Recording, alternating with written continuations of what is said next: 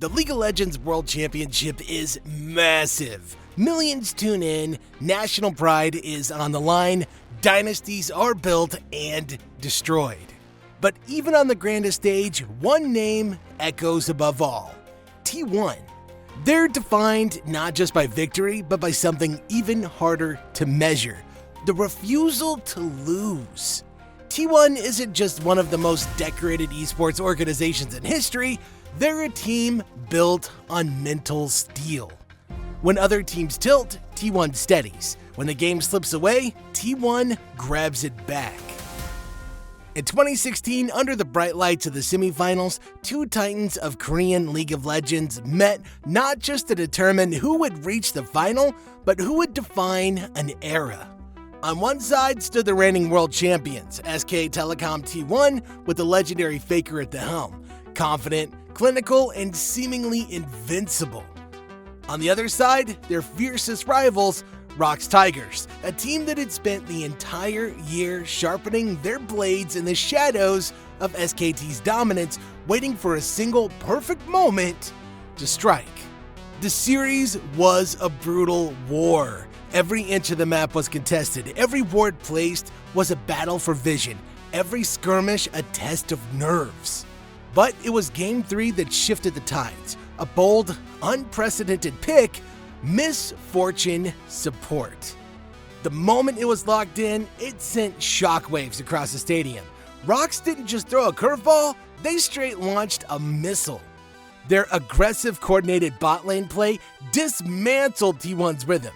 Every ult from Misfortune rained down like artillery fire, and T1, usually so composed, looked rattled for the first time in years. Shouldn't be this erratic, but they're buying into, honestly, the hype of this series right now. They find some map early. Look at the way Duke and Banky magically connect here. Oh my.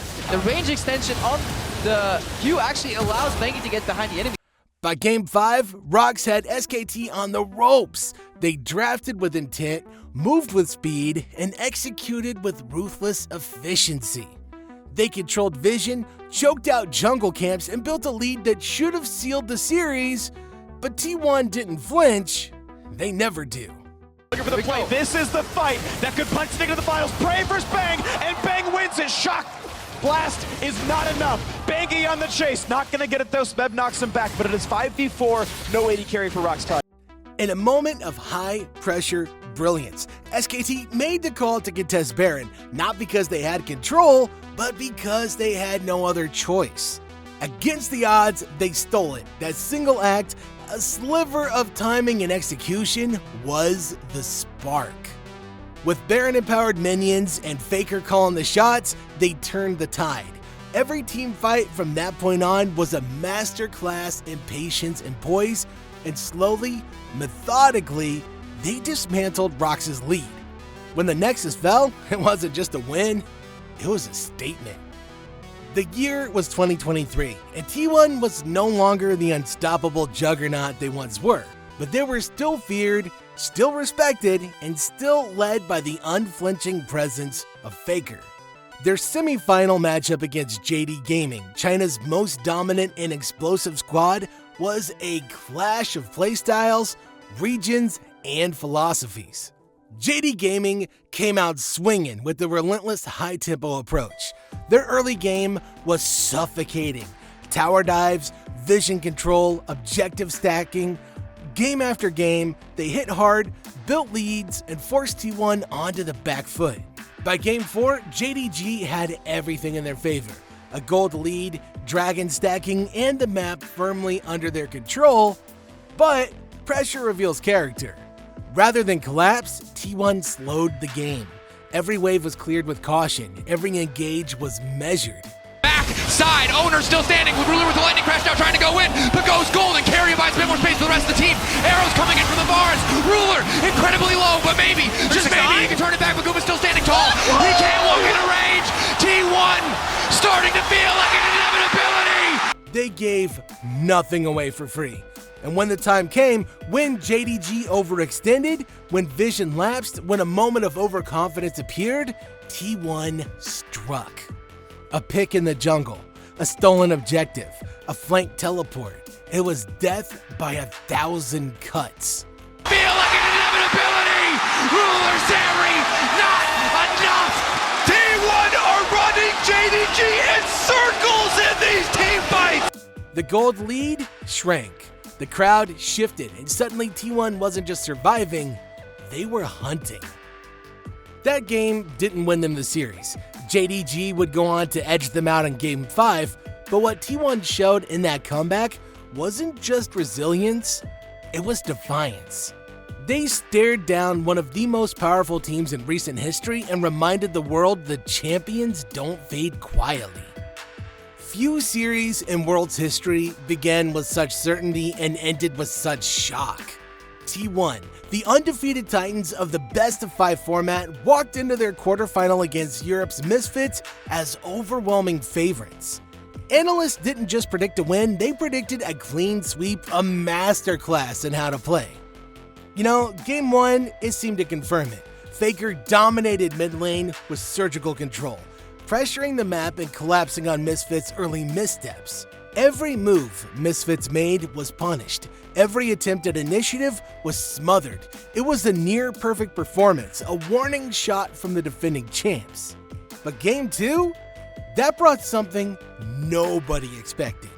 I'm talking Blitzcrank, a pick almost mocked for its inconsistency. But for Ignar, it wasn't desperation, it was innovation. He turned the chaos of the champion into clarity, landing hook after hook, disrupting T1's formation and setting up explosive plays. Hans Tristana followed up with precision, and suddenly Misfits had done what few other teams ever did. They took a game off of T1 at Worlds. In Game 3, Misfits doubled down. Leona, aggression, dive comps. Add in an S1 Vayne pick into a comp loaded with lockdown. Risky and ultimately disastrous. Misfits coordination overwhelmed T1's bot lane. Baron control, map pressure, tempo, they had it all. And for the first time in history, a Western team stood one win away from eliminating T1 at Worlds. But hey, legends aren't written by letting go. Game 4 was Faker's. He picked Ryze, not the flashiest champion, but in his hands, a lethal weapon. Misfits still had early game power, but T1 absorbed it. When the game hit critical mass, it was Wolf digging deep into his support pool, who became the unlikely hero, blocking damage, soaking engages, keeping his carries alive. One fight at the base, a clutch Braum shield, Honey survives with Trundle's ult, and the counterattack decisive. That one moment gave T1 the foothold they needed, and the comeback was on. Winter Ryze fight ultimate on coming the max through. floor, and here comes SKT right on top of Misfits. The damage is just too much, and SKT take the game into their control. And they can push down mid lane. Game 5 was pure tension. Misfits had the better dragons, the better early game. They grouped, controlled vision, took triple infernals. But T1 played the long game.